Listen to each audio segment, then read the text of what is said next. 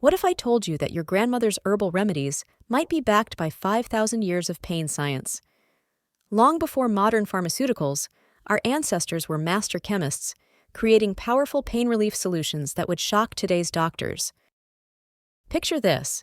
In 3400 BC, Mesopotamians discovered opium's euphoric powers, creating humanity's first anesthetic. But here's what's mind-blowing. They weren't just guessing.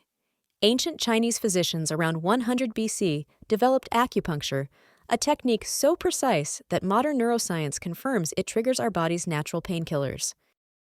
The Egyptians crushed willow bark for headaches, unknowingly extracting salicin, the same compound we now call aspirin.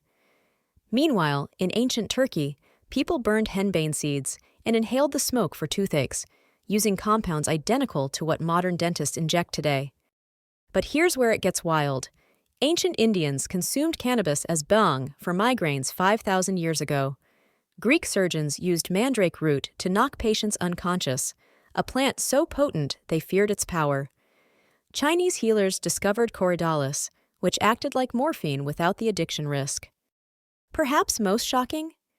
Ancient Greeks used toxic datura in microdoses, inducing controlled delirium to override pain signals, a technique that predates modern anesthesia by millennia. These weren't primitive remedies, they were sophisticated pharmaceutical interventions. Modern research proves many contain the exact compounds found in today's prescription drugs. Our ancestors didn't have labs, but they had something we've lost: generations of careful observation and trial. The next time someone dismisses natural remedies as unscientific, remember this: we're still catching up to wisdom that's thousands of years old.